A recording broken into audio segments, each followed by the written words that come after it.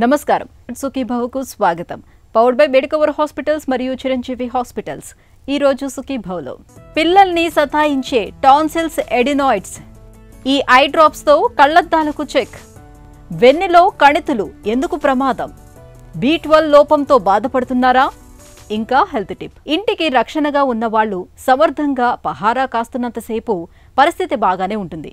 కానీ ఈ గస్తీ కాసే క్రమంలో వాళ్లే మనల్ని సతాయిస్తూ ఉంటే ఏం చేయాలి? మన గొంతులో ఉండే టాన్సిల్స్, ఎడినాయిడ్స్ పరిస్థితి కూడా ఇంతే. ఇవి మన గొంతులో ఉండే సహజమైన రక్షణ వ్యవస్థలో ఒక భాగం. కానీ బయట నుంచి వచ్చే సూక్ష్మ క్రిములతో నిరంతరం సాగుతుండే పోరాటంలో కొన్నిసార్లు ఇవి తీవ్రంగా దెబ్బతిని ఇన్ఫెక్షన్ బారిన పడుతూ ఉంటాయి. ఇలాంటప్పుడు టాన్సిల్లు, ఎడినాయిడ్ల వాపు మూలంగా పిల్లలకు గొంతు నొప్పి మొదలుకొని జ్వరం వరకు అనేక బాధలు మొదలవుతూ ఉంటాయి. పిల్లల్ని వేధించే టాన్సిల్స్, ఎడినాయిడ్స్ గురించిన పూర్తి వివరాల్ని ఇప్పుడు తెలుసుకుందాం. మనం నోరు పెద్దగా తెరిచి ఒక్కసారి అద్దంలో చూసుకుంటే గొంతులో కింది వైపున కొండ నాలుకకు ఇరువైపులా రెండు చిన్న చిన్న గోళీలా కనిపించేవే టాన్సిల్స్. వీటికి కాస్త వెనకాల అంగిలి పైవైపున కనిపించేవి ఎడినాయిడ్స్. ఇవి గొంతులో మనకు రక్షణగా నిలిచే నిర్మాణాలు. రోగ నిరోధక వ్యవస్థలో భాగంగా మన గొంతులో గస్తీ కాస్తుండే లింపు కణజాలాలు ఇవి. ఆహారం ద్వారా లేదా మనం పీల్చే గాలి ద్వారా గొంతులో ప్రవేశించే సూక్ష్మక్రిముల సమాచారాన్ని ఎప్పటికప్పుడు సేకరిస్తూ ఉండటం, వాటితో పోరాడటం, వాటిని నిర్వీర్యం చేయటానికి మన రోగ నిరోధక వ్యవస్థకు సహకరించటం వీటి పని. అయితే శత్రువులతో తలబడే ఈ క్రమంలో కొన్నిసార్లు ఇవే బలహీనపడి ఇన్ఫెక్షన్స్ బారిన పడుతూ ఉంటాయి. దీంతో ఇవి వాపు రావటం, గొంతు నొప్పి, గుటక మింగటం కష్టంగా మారటం, జ్వరం రావటం తదితర బాధలన్నీ బయలుదేరుతాయి. Tonsils and adenoids are very important immune system అని మన బాడీలో ఉంటుందండి. ముఖ్యంగా అడినాయిడ్స్ ఏమో ముక్కు ఎనిపక భాగంలో ఉంటుంది, టాన్సిల్స్ ఏమో గొంతు భాగంలో ఉంటాయి. ఇది first line of defence mechanism అంటాము. ఎందుకంటే మనం గాలి తీసుకున్నప్పుడు కానివ్వండి, ఏదైనా ఆహార పదార్థాలు తిన్నప్పుడు కానివ్వండి, దాంట్లో ఏదైనా క్రిములు, బ్యాక్టీరియా కానీ వైరస్ కానీ ఉన్నప్పుడు వాటి మీద ఫైట్ చేయడానికి ఇది first line of defence mechanism అంటూ ఉంటాం. ముఖ్యంగా చిన్నపిల్లల్లో 2 నుంచి 6 సంవత్సరాల మధ్యలో ఉన్న పిల్లల్లో ఇవి ఎక్కువగా ఉంటుంటాయి. సో ఇవి ఇమ్యూనిటీ కోసమని వైట్ బ్లడ్ సెల్స్ని, అందులో B లింఫోసైట్స్ కానివ్వండి, T లింఫోసైట్స్ కానివ్వండి, అలాగే యాంటీబాడీస్ని ప్రొడ్యూస్ చేస్తుంది. ఈ white blood cells, antibodies fight against the bacteria and virus which will help to protect our body from these infections. ముఖ్యంగా చిన్నపిల్లల్లో ఏమవుతుందంటే ఈ వాతావరణం మారడం వల్ల కానివ్వండి, కొన్ని అలర్జీస్ వల్ల కానివ్వండి, ఇంట్లో మనం కొందరు పేరెంట్స్ స్మోక్ చేస్తుంటారు. అంటే డస్ట్ పార్టికల్స్ కానీ స్మోక్ పార్టికల్స్ వల్ల కానివ్వండి, పిల్లలు స్కూల్ గోయింగ్ పిల్లలు ఏంటంటే పక్క పిల్లల నుంచి కూడా ఈ ఇన్ఫెక్షన్స్ అనేవి సోకుతూ ఉంటాయి. ఉదాహరణకు వర్షాకాలంలో వర్షాలు ఎక్కువ ఉండడం వల్ల వైరస్ ఇన్ఫెక్షన్స్ కానివ్వండి, బ్యాక్టీరియల్ ఇన్ఫెక్షన్ కానివ్వండి, అంటే కామన్ కోల్డ్ అంటుంటాం, దీనివల్ల కూడా అడినాయిడ్స్కు, టాన్సిల్స్కి ఇన్ఫెక్షన్ వస్తూ ఉంటుంది. ముఖ్యంగా ఈ రిపీటెడ్గా ఇన్ఫెక్షన్స్ వస్తున్నప్పుడు టాన్సిల్స్, అడినాయిడ్స్ అనేది వాపు వస్తూ ఉంటుంది.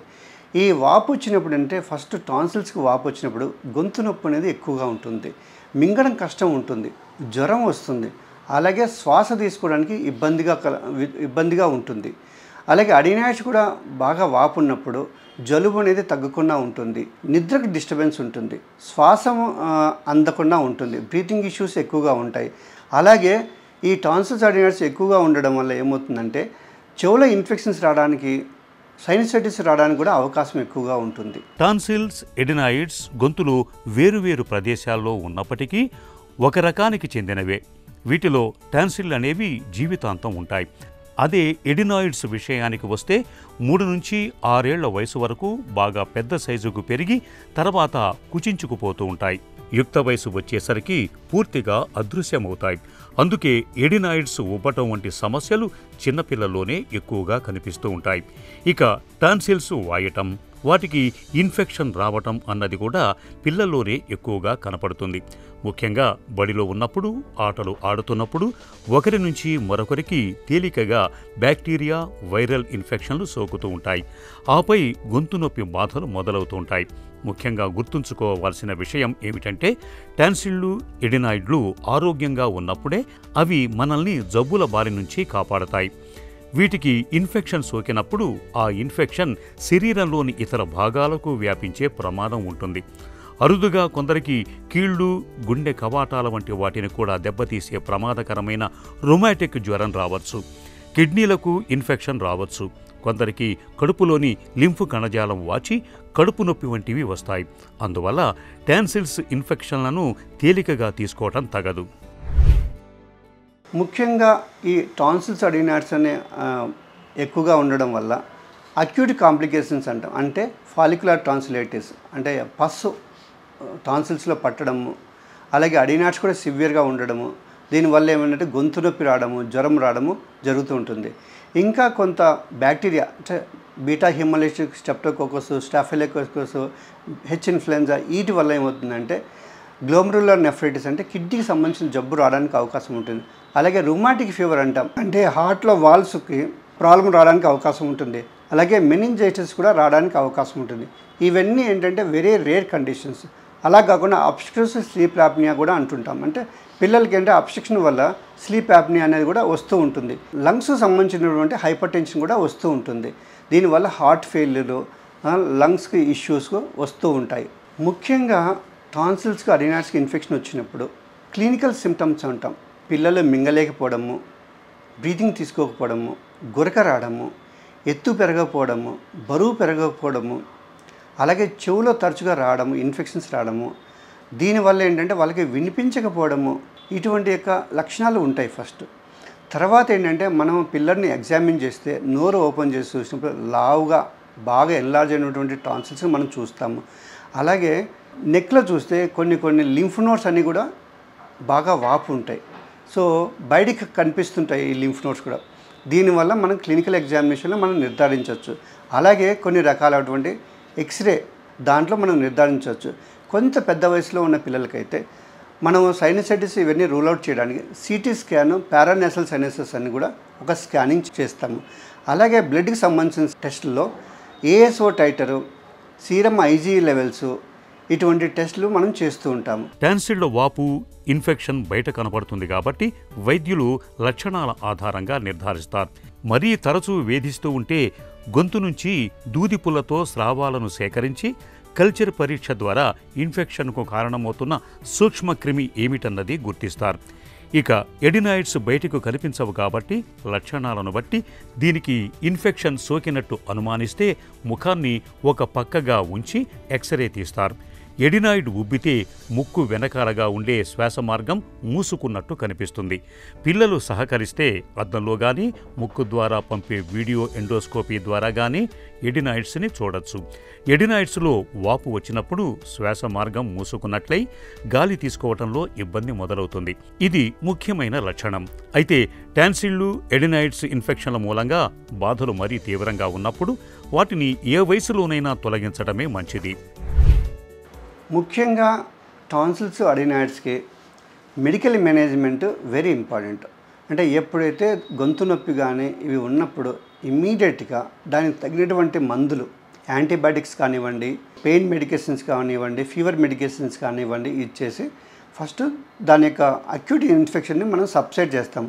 అప్పటికి కూడా ఈ టాన్సిల్స్, అడినాయిడ్స్ దాని యొక్క సైజు తగ్గకుండా సిమ్టమ్స్ అంటే బ్రీతింగ్ ఇష్యూస్ కానివ్వండి, స్నోరింగ్ కానివ్వండి, స్లీప్ యాప్నియా కానివ్వండి, ఇయర్ ఇష్యూస్ కానివ్వండి అలాగే నడుస్తూ ఉంటే సో తర్వాత అంటే మళ్ళీ రీఇన్వెస్టిగేషన్ చేసుకున్న తర్వాత దాన్ని బట్టి అవసరమైతేనే మనం దానికి సర్జికల్ ఇంటర్వెన్షన్ మనం వెళ్ళాల్సింది ఉంటుంది. ఈ సర్జికల్ ఇంటర్వెన్షన్ కూడా చాలా సులువైన సర్జికల్ ఇంటర్వెన్షన్. ఇప్పుడు లేటెస్ట్గా కొబ్లేషన్ టెక్నాలజీ, దాన్నే మనం ప్లాస్మా టెక్నాలజీ కూడా అంటాం. సో దీంతో ఏంటంటే మనం బ్లడ్ లేకుండా, కుట్లు లేకుండా, కటింగ్ చేయకుండా మనం సర్జరీస్ చేసుకోవచ్చు. ఇది ఇంత సోఫిస్టికేటెడ్ ఎక్విప్మెంట్. ఎందుకంటే ఈవెన్ చిన్నపిల్లలు 1 సంవత్సరం పిల్లలు కూడా టాన్సిల్ అడినాయిడ్ ఎక్కువ ఉండి వాళ్ళు పాలు తాగలేక, నిద్రపోలేక ఉన్నప్పుడు ఇటువంటి ఎక్విప్మెంట్ సోఫిస్టికేటెడ్ ఎక్విప్మెంట్తో మనం సర్జరీ చేసుకుంటే చాలా సేఫ్గా ఉంటుంది. ఎటువంటి కాంప్లికేషన్స్ లేకుండా మనకు పిల్లలకి వైద్యం ఇవ్వడానికి అవకాశం ఉంటుంది. టాన్సిల్స్, ఎడినాయిడ్స్ వాచి ఇన్ఫెక్షన్కు గురైనప్పుడు వెంటనే యాంటీబయాటిక్స్ వాడాల్సిన పని లేదు. ముందు 2-3 రోజుల పాటు విశ్రాంతి తీసుకోవాలి. జ్వరం, గొంతు నొప్పి తగ్గేందుకు పారాసిటమాల్ మాత్రలు వేసుకోవటం మేలు. చాలాసార్లు వీటితోనే లక్షణాలు తగ్గుముఖం పడతాయి. ఒకవేళ తగ్గకుండా బాధలు మరింత తీవ్రమవుతుంటే డాక్టర్ల పర్యవేక్షణలో పెన్సిలిన్, అమాక్సిసిలిన్, కోఅమాక్సిక్లావ్ వంటి యాంటీబయాటిక్స్ను వాడాల్సి ఉంటుంది. వీటితో 5-6 రోజుల్లోనే టాన్సిళ్లు, ఎడినాయిడ్ల ఇన్ఫెక్షన్లు అదుపులోకి వచ్చేస్తాయి. అయితే తరచుగా ఇన్ఫెక్షన్లు సోకుతుంటే మాత్రం టాన్సిళ్లను, ఎడినాయిడ్లను సర్జరీతో తొలగించుకోవటమే. హెల్త్ న్యూస్ మీకోసం.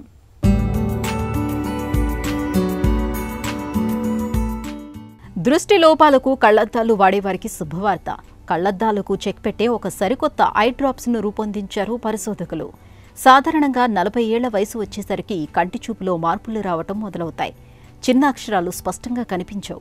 పట్టి పట్టి చదివితే తలనొప్పి మొదలవుతుంది. మరికొన్నిసార్లు అక్షరాలు అలికినట్టుగా కనిపిస్తూ ఉంటాయి. దీన్నే చత్వారమని, ప్రెస్బయోపియా అని అంటారు. ప్రపంచవ్యాప్తంగా 180 కోట్ల మంది ఈ సమస్యలతో బాధపడుతున్నారని అధ్యయనాలు చెబుతున్నాయి. వయసుతో పాటు వచ్చే ఈ సమస్యలకు పరిష్కారంగా వైద్యులు ఇంతవరకు రీడింగ్ గ్లాసెస్ని సూచిస్తున్నారు. అయితే ఇకపై కళ్లద్దాల అవసరం లేకుండా లెన్స్ థెరాప్యూటిక్స్ అనే సంస్థ అసెక్లైడిన్ ఆప్థల్మలాజిక్ సొల్యూషన్ని ఉపయోగించి విజ్ అనే పేరుతో ఐ డ్రాప్స్ని తీసుకొచ్చింది. ఈ చుక్కల మందును రోజులో ఒకసారి వాడితే చాలు. డ్రాప్స్ వేసుకున్న అరగంట తర్వాత నుంచి ఎటువంటి కళ్లద్దాల అవసరం లేకుండానే 10 గంటల పాటు కంటి చూపు స్పష్టంగా ఉంటుందని నిపుణులు చెప్తున్నారు. ప్రత్యేకమైన ఈ ఔషధం కంటిపాపలోని కండరాలపైన ఒత్తిడిని తీసుకొచ్చి వాటి పరిమాణంలో మార్పుల్ని తీసుకొస్తుంది. దీంతో కళ్ళు దగ్గర వస్తువుల్ని స్పష్టంగా చూడగలుగుతాయని నిపుణులు వివరిస్తున్నారు. ఇకపై వెళ్లిన ప్రతి చోటుకి కళ్లద్దాలను తీసుకెళ్లాల్సిన అవసరం లేకుండా ఐ డ్రాప్స్ వేసుకుని వెళితే సరిపోతుందని వారు తెలిపారు. కణితులనేవి మన ఒంట్లో ఎక్కడైనా పుట్టుకొచ్చే అవకాశం ఉంటుంది. ఒక్కోసారి మన శరీరానికి ఇరుసులాంటి వెన్నెముకలో కూడా కణితులు పురుడు పోసుకుంటూ ఉంటాయి. ఈ కణితులనేవి హానికరం కానివి ఉండొచ్చు, లేదా క్యాన్సర్ కణితులు కూడా కావచ్చు. వెన్నులో కణితులు పెరుగుతున్నప్పుడు తీవ్రమైన నడు నొప్పితో పాటు వెన్నెముకలోని నరాలపై కూడా బాగా ఒత్తిడి పడుతూ ఉంటుంది. వీటి మూలంగా కాళ్ళు, చేతుల్లో స్పర్శ జ్ఞానం తగ్గడం వంటి లేనిపోని అనార్థాలు కూడా తలెత్తే ప్రమాదం ఉంటుంది. వెన్నులో పుట్టుకొచ్చే కణితుల గురించి ఇప్పుడు తెలుసుకుందాం. స్పైన్లో ట్యూమర్స్ కానీ, క్యాన్సర్స్ కానీ, సిస్ట్లు కానీ రావడం చాలా కామన్ అండి. స్పైనల్ ట్యూమర్స్ సిమ్టమ్స్ చాలా చాలా డిఫరెంట్గా ఉంటాయి. అంటే మనం పేషెంట్ వచ్చి మన దగ్గరికి చాలా బాగా నడుము నొప్పి కానీ, మెడ నొప్పి కానీ, ఛాతీలో నొప్పి కానీ చెప్తారు. యూజువల్గా ఈ పెయిన్స్ ఎలా ఉంటాయంటే వర్టిబ్రల్ బాడీ ఇన్వాల్వ్ అవుతుంది కాబట్టి, సార్ నేను కదిలినప్పుడు నొప్పి వస్తుంది, లేదంటే కూర్చుని లేసేటప్పుడు పెయిన్ వస్తుంది, రాత్రిపూట బాగా పెయిన్ ఎక్కువ ఉంటుంది. అండ్ ఈ పెయిన్తో పాటు ఒక్కోసారి న్యూరలాజికల్ సిమ్టమ్స్ కూడా ఉంటాయి. అంటే కాళ్ళలో వీక్నెస్, కాళ్ళు టైట్గా అవడం, అంటే స్పాస్టిసిటీ రావడం, ట్రిమర్స్ రావడం, నడవలేకపోవడం, స్పర్శ తగ్గడం. అండ్ స్పర్శ కూడా క్లియర్గా ఒక లెవెల్ నుంచి, అంటే నాకు ఛాతీ నుంచి సరిగ్గా తెలియట్లేదు, లేదంటే కుడి కాల్లో తెలియట్లేదు, లేదంటే చేతుల్లో కూడా సరిగ్గా తెలియట్లేదు, ఇలా క్లియర్గా చెప్తారండి. ఇంకోటి ఏంటంటే ఇలా ట్యూమర్స్ రావడం వల్ల యూజువల్గా వాళ్ళకి ఆకలి తగ్గడం, బరువు తగ్గడం, అండ్ యాపటైట్ లాస్ అవ్వడం, వెయిట్ తగ్గడం, సిక్గా కనిపించడం, పేషెంట్స్ చూడంగానే హెల్దీగా లేనట్టు తెలియడం, ఇవన్నీ కూడా స్పైనల్ ట్యూమర్స్కి వచ్చే లక్షణాలు మనకి. సో ఈ ట్యూమర్స్కి ట్రీట్మెంట్ చాలా వెరైటీస్ ఆఫ్ ట్రీట్మెంట్స్ ఉంటాయి. ఇనీషియల్గా మనం వస్తే ఇది ప్రైమరీ బోన్ ట్యూమర్ అని మనం నిర్ధారిస్తే, అంటే ప్రైమరీగా వర్టిబ్రల్ బాడీలోనే వచ్చింది, ఇంకా పక్కన ఎక్కడికి పాకలేదు అని మనం అనుకుంటే, దాన్ని అప్పుడు మనం లోకల్ ఎనస్థీషియా కానీ, లేకపోతే మినీ ఓపెన్గా కానీ చిన్న బయాప్సీ తీస్తాం. ఆ బయాప్సీలో డెఫినెట్గా అది లోకల్ స్ప్రెడ్ లేదు, అండ్ మనకి పక్కన లింఫ్ నోడ్స్ కూడా ఏం లేవు, అండ్ ఈ ట్యూమర్ మామూలు మెడికేషన్స్కి అనుకూలంగా ఉన్నది అని అనిపిస్తే యూజువల్గా ఆంకాలజిస్ట్తో మాట్లాడి మనం కీమోథెరపీ స్టార్ట్ చేసుకుని ఒక 3 to 4 వీక్స్, ఆ తర్వాత మనం దాని సైజ్ కొంచెం తగ్గించిన తర్వాత, మైక్రో మెటాస్టాసిస్ క్యూర్ తగ్గించిన తర్వాత ఎండ్ బ్లాక్ ఎక్సిషన్ చేసే అవకాశాలు ఉంటాయి. అంటే కంప్లీట్గా ఆ గడ్డని మనం తీసేయచ్చు. ఈ ట్యూమర్ ఎక్సైజ్ చేసిన తర్వాత ఆ లోకల్గా ఉన్న మిగిలిన మార్జిన్స్ నుంచి కూడా మనం బయాప్సీస్ తీసుకుని వాటి రిపోర్ట్స్ కూడా చెక్ చేయాల్సి ఉంటుంది. వాటిల్లో ఇంకేమన్నా ట్యూమర్ కణాలు ఉంటే చాలా వాటికి మనం రేడియేషన్ కూడా ఇవ్వాల్సి వస్తుంది లోకల్గా, లేదంటే మళ్ళీ కీమోథెరపీ సైకిల్స్ ఇవ్వాల్సి వస్తుంది. పోషకాహారం అంటే ప్రోటీన్లు, కార్బోహైడ్రేట్లు, కొవ్వుల్ని సమపాళ్లలో తీసుకోవటమే అనుకుంటారు మనలో చాలామంది. కానీ వీటితో పాటు విటమిన్లు, ఖనిజ లవణాల వంటి సూక్ష్మ పోషకాలు కూడా మన శరీరానికి తగు పాళ్లల్లో ఎప్పటికప్పుడు అందుతూ ఉండాలి. సూక్ష్మ పోషక పదార్థాలు సరిగ్గా అందకపోతే B12 వంటి విటమిన్ లోపాలు పెనుసాపాలుగా మారుతాయి. ఇవాళ మనలో చాలామందికి B12 విటమిన్ లోపం అనేది ఒక పెద్ద సమస్యగా మారింది. విటమిన్ B12 లోపిస్తే ఎదురయ్యే చిక్కులు ఎలా ఉంటాయో, B12 లోపాలని ఎలా అధిగమించాలో డాక్టర్ని అడిగి ఇప్పుడు తెలుసుకుందాం. మన శరీరానికి B12 విటమిన్ అవసరమేంటి? విటమిన్ అన్నింటిలో కూడా విటమిన్ B12 అనేది మన బాడీకి చాలా అవసరం. ఎందుకంటే ఇది సెంట్రల్ నర్వస్ సిస్టము, నర్వ్స్ కూడా ఆరోగ్యవంతంగా పనిచేసేందుకు, తర్వాత రక్త కణాల తయారీకి ఇది చాలా అవసరం, ఉపయోగపడుతుంది. మన బాడీలో రక్తం అంటే హిమోగ్లోబిన్ మంచిగా ఉండాలంటే రక్త కణాల తయారీకి B12 దోహదపడుతుంది. ఇదే కాకుండా మన సెంట్రల్ నర్వస్ సిస్టమ్ అనేటువంటి బ్రెయిన్, స్పైనల్ కార్డు, నర్వ్ పైన ఉండే మైలిన్ షేతు ఆరోగ్యంగా ఉండేందుకు B12 చాలా అవసరము. ఇదే కాకుండా మనకి సెల్లో ఉండే జెనెటిక్ మెటీరియల్ DNA సింథసిస్ కూడా విటమిన్ B12 చాలా అవసరం అవుతుంది. మనం తీసుకునేటువంటి ఆహారము శక్తిగా రూపొందేందుకు విటమిన్ B12 అనేది అవసరం. ఇదే కాకుండా మన జ్ఞాపశక్తి పెంచేందుకు, తర్వాత కోగ్నిటివ్ ఫంక్షన్ ఇంప్రూవ్మెంట్కి, మన మైండ్ ఇంప్రూవ్మెంట్కి ఇది B12 అనేది చాలా అవసరం. పిల్లల్లో కూడా స్పైనల్ కార్డ్ డెవలప్మెంట్కి మన ప్రెగ్నెన్సీలో B12 వాడిస్తూ ఉంటారు అనమాట. వాళ్ళకి స్పైనల్ కార్డ్ డెవలప్మెంట్కి ఇది అవసరం పడుతుంది. విటమిన్ B12 లోపిస్తే ఏం జరుగుతుంది? మనకి తీసుకునే ఆహారంలో B12 కనుక లోపించినట్టయితే దీనివల్ల మనకి తొందరగా నిస్సత్వం రావటము, ఏ పని చేసినా తొందరగా టైర్డ్ అయిపోవటము, ఫెటిగ్ ఉండటము, కొద్ది దూరం నడవగానే ఆయాసం రావటము, ఇంకా డెఫిషియన్సీ ఎక్కువ ఉన్నట్టయితే పాల్పిటేషన్స్ రావటము, హెడేక్ రావటము, కాన్సన్ట్రేషన్ సరిగ్గా చేయలేకపోవటము ఈ B12 డెఫిషియన్సీలో చూస్తాము. అదేవిధంగా నాలుక పైన అల్సర్స్ రావటము, పెయిన్ఫుల్గా ఉండటము, హెయిర్ కూడా థిన్ కావటము, కలర్ చేంజ్ కావటము, హెయిర్ ఫాలింగ్ అవ్వటము, ఇవన్నీ కూడా B12 డెఫిషియన్సీలో చూస్తాము. ఇదే కాకుండా చేతులకు, కాళ్ళల్లో తిమ్మిళ్ళు, మంటలు అనేవి ఈ B12 డెఫిషియన్సీ వల్ల వస్తుంటాయి. సివియర్ డెఫిషియన్సీ ఉన్నట్లయితే మనకి యూరిన్ ఆపుకోవటం కానీ, మోషన్ కూడా ఇన్కాంటినెన్స్ అనేది, డిస్టర్బెన్స్ అనేది, మోషన్ యూరిన్ డిస్టర్బెన్స్ అనేది కూడా వస్తుంది. B12 లోపానికి ఎలాంటి కారణాలను చెప్పుకోవచ్చు? అసలు మనం B12 తీసుకున్నట్లయితే ఇది యూజువల్లీ మనకి యానిమల్ ప్రోడక్ట్ నుంచి వస్తుంది, యానిమల్ ఫుడ్ నుంచే మనకు వస్తుంది. సో మనం తీసుకునే ఆహారంలో మనకు జీర్ణక్రియలో అంటే మనకి స్టమక్లో ఈ ఆహారం నుంచి B12 అనేది హైడ్రోక్లోరిక్ యాసిడ్ వేరు చేస్తుంది. ఆ విధంగా వేరు అయినటువంటి B12 ఇంటెన్సిక్ ఫ్యాక్టర్ అనే ప్రోటీన్ అనేది మన స్టమక్లో ప్రొడ్యూస్ అవుతుంది. ఈ ఇంటెన్సిక్ ఫ్యాక్టర్తో జతకూడి ఒక కాంప్లెక్స్ లాగా ఫామ్ అయిపోయి ఇంటెస్టైన్లో మనకి అబ్జార్ప్షన్ అవుతుంది, అంటే పీల్చుకోబడుతుంది స్మాల్ ఇంటెస్టైన్లో. సో ఇది సహజంగా జరిగే ప్రక్రియ. ఆ విధంగా పీల్చుకున్నటువంటి విటమిన్ B12 లివర్లో స్టోర్ అవుతుంది అనమాట. లివర్లో స్టోర్ అయిపోయి మనకు అవసరమైనప్పుడు మన బాడీలోకి సెక్రెట్ అవుతుంది. సో కామన్గా ఇది జరిగే ప్రక్రియ. అయితే ఈ ప్రక్రియలో ఎక్కడైనా ప్రాబ్లం ఉన్నట్లయితే విటమిన్ B12 డెఫిషియన్సీ అనేది చూస్తాము. మనకి ఇంటెన్సిక్ ఫ్యాక్టర్ డెఫిషియన్సీ వస్తుంది. కొన్ని రకాల జెనెటిక్ డిజార్డర్స్ వల్ల స్టమక్లో ఇంటెన్సిక్ ఫ్యాక్టర్ అనేది ప్రొడక్షనే కాదు, దీన్ని పెర్నీసియస్ ఎనిమియా అంటారు.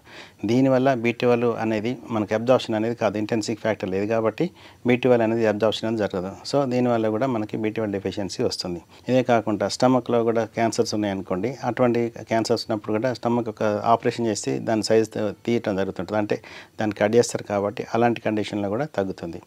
కొన్ని రకాల మాల్ అబ్జార్ప్షన్, సిలాయిక్ డిసీజ్ కానివ్వండి, క్రానిక్ ప్యాంక్రెటైటిస్లో వీటిలో కూడా B12 అబ్జార్ప్షన్ అనేది తగ్గిపోయి మనకి B12 డెఫిషియన్సీ వస్తుంది. ఆల్కహాలిక్స్లోను, తర్వాత కొద్దిమంది B2 మనకి ఇది యాంటాసిడ్స్ వాడుతుంటారు. అదే పనిగా నాకు యాసిడిటీ ప్రాబ్లం ఉంది, గ్యాస్ ప్రాబ్లం ఉందని PPIs, ప్రోటాన్ పంప్ ఇన్హిబిటర్స్ అవి వాడుతుంటారు. తర్వాత ఇది రానిటిడిన్ అనే టాబ్లెట్ ఇవి వాడుతుంటారు. వీళ్ళల్లో కూడా B12 డెఫిషియన్సీ అనేది వస్తుంది. శాకాహారుల్లో B12 లోపం ఎక్కువగా ఉంటుందా? సాధారణంగా ఈ B12 అనేది మీట్లో దొరుకుతుంది, తర్వాత పౌల్ట్రీలోను, మిల్క్ ప్రోడక్ట్స్లోను, ఫిష్లలోను ఇది విరివిగా లభ్యమవుతుంది. సో ఎవరైతే ఈ ఫుడ్ అవాయిడ్ చేస్తారో అంటే తీసుకోరో వాళ్ళల్లో అంటే శాకాహారంలో కామన్గా B12 డెఫిషియన్సీ అనేది మనం చూస్తాం. మధుమేహుల్లో B12 లోపానికి కారణాలేంటి? ప్రతి పేషెంటు డయాబెటిక్స్లో ఎక్కువ the best drug, cheap drug, బాగా పనిచేసే డ్రగ్ ఏంటంటే మెట్ఫార్మిన్. ఈ మెట్ఫార్మిన్ అనేది లాంగ్ రన్లో యూజ్ చేయడం వల్ల ఇది ఏమవుతుందంటే B12 యొక్క అబ్జార్ప్షన్ కెపాసిటీ ఇంటెస్టైన్లో తగ్గిస్తుంది. తద్వారా ఈ పేషెంట్లలో అంటే డయాబెటిక్ పేషెంట్లలో B12 డెఫిషియన్సీ అనేది కామన్గా చూస్తుంటాం. B12 లోపాన్ని ఎలా అధిగమించాలి? ఆహారంలో ఎలాంటి జాగ్రత్తలు తీసుకోవాలి? B12 అనేది ప్రధానంగా మనకి యానిమల్ ఫుడ్లోనే లభ్యమవుతుంది. సో ఈ యానిమల్ ఫుడ్ అయినటువంటి మాంసం కానివ్వండి, చికెన్, మిల్క్ ప్రోడక్ట్స్లో, టూనా ఫిష్లలో ఎక్కువ ఉంటుంది. కాబట్టి ఈ ప్రోడక్ట్స్ అనేది ఎక్కువ తీసుకోవాలి. ఎవరైతే అంటే వెజిటేరియన్ ఫుడ్ వాళ్ళు అనుకోండి, అంటే వాళ్ళు తీసుకునే వాళ్ళలో ఫార్టిఫికేషన్ అనేది విటమిన్ B12 చేస్తుంటారు. అంటే ఫుడ్లో దాంట్లో మమ్మకమై చేస్తుంటారు. వాటిలో సీరియల్స్ కానివ్వండి, తర్వాత ఈస్ట్లోను, తర్వాత మనకి సోయా మిల్క్లో కూడా వీటిని ఫార్టిఫికేషన్ చేస్తారు. సో అలాంటి పర్సన్స్ కనుక నాన్ వెజ్ తీసుకునే వాళ్ళలో ఇలాంటి ఫుడ్ తీసుకోవటం వల్ల, ఫార్టిఫికేషన్ ఫుడ్ B12 ఫుడ్ తీసుకోవటం వల్ల మన B12 డెఫిషియన్సీని మనం అధిగమించవచ్చు. సప్లిమెంట్ల సాయంతో B12 లోపాన్ని అధిగమించవచ్చా? B12 డెఫిషియన్సీలో ఉన్నప్పుడు ఖచ్చితంగా సప్లిమెంట్ అయినా హెల్ప్ చేస్తాయండి. అంటే ఎప్పుడైతే ఆహారంతో ఫుడ్ ద్వారా మనకి రీచ్ కానప్పుడైతే మన సప్లిమెంటరీ రూపంలో తీసుకోవాలి. అంటే for example intrinsic factor deficiency ఉంటుంది. ఇది ఒక ఆటోఇమ్యూన్ డిజార్డర్. మన స్టమక్లో ఇంటెన్సిక్ ఫ్యాక్టర్ లేకపోవడం వల్ల B12 అనేది ఇంటెన్సిక్ ఫ్యాక్టర్తో జతగా అయిపోయి మనకి అబ్జార్ప్షన్ జరుగుతుంటుంది.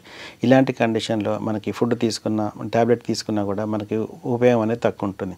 వీళ్ళల్లో ఏం చేస్తారంటే మనకి IV రూపంలో కానీ IM రూపంలో కానీ ఇస్తుంటాం.